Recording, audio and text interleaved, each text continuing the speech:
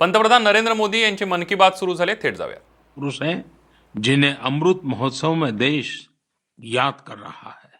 सरकार और सामाजिक संगठनों की तरफ से भी लगातार इससे जुड़े कार्यक्रम आयोजित किए जा रहे हैं। ऐसा ही एक आयोजन इस बार 15 अगस्त को होने जा रहा है। ये एक प्रयास है राष्ट्रगान से जुड़ा हुआ। सांस्कृतिक मंत्रालय की कोशिश है कि इस दिन ज्यादा से ज्यादा भारतवासी मिलकर राष्ट्रगान गाएं। इसके लिए एक वेबसाइट भी बनाई गई है, राष्ट्रगान.in। इस वेबसाइट की मदद से आप राष्ट्रगान गाकर उसे रिकॉर्ड कर पाएंगे, इस अभियान से जुड़ पाएंगे। मुझे उम्मीद है आप इस अनोखी पहल से जरूर जुड़ेंगे। इसी तरह के बहुत सारे अभियान, बहुत सारे प्रयास आपको आने वाले दिनों में देखने को मिलेंगे। अमृत महोत्सव किसी सरकार का कार्यक्रम नहीं, किसी राजनीतिक दल का कार्यक्रम नहीं, यह कोटि कोटि भारतवासियों का कार्यक्रम है। हर स्वतंत्र और कृतज्ञ भारतीय का अपने स्वतंत्रता सेनानियों को नमन है। और इस महोत्सव की मूल भावना का विस्तार तो बहुत विशाल है। ये भावना है अपने स्वाधीनता सेनानियों के मार्ग पर चलना, उनके सपनों का देश बनाना। जैसे देश की आजादी के मतवाले स्वतंत्रता के लिए एकजुट हो गए थे, वैसे ही हमें देश के विकास के लिए एकजुट होना है।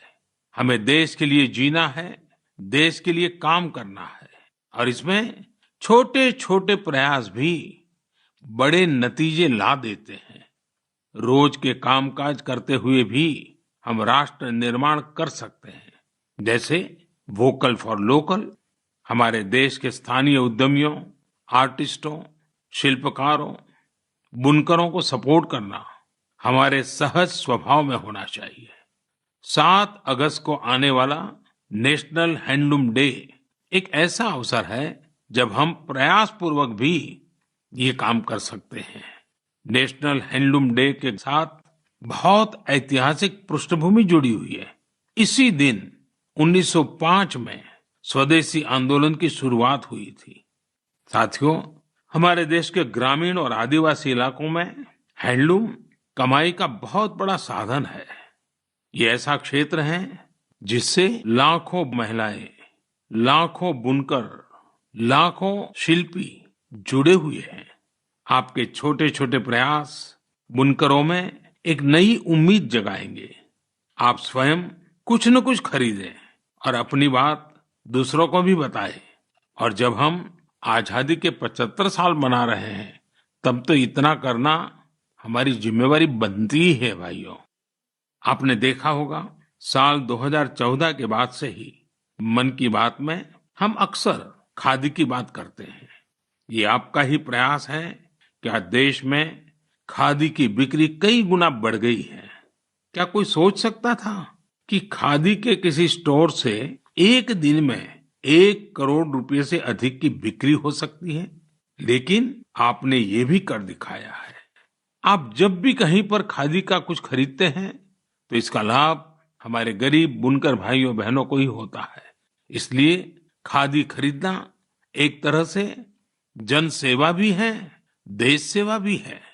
मेरा आपसे आग्रह है कि आप सभी मेरे प्यारे भाइयों बहनों, ग्रामीण इलाकों में बन रहे हैंडलूम प्रोडक्ट्स जरूर खरीदें और उसे #myhandloom mypride के साथ शेयर करें।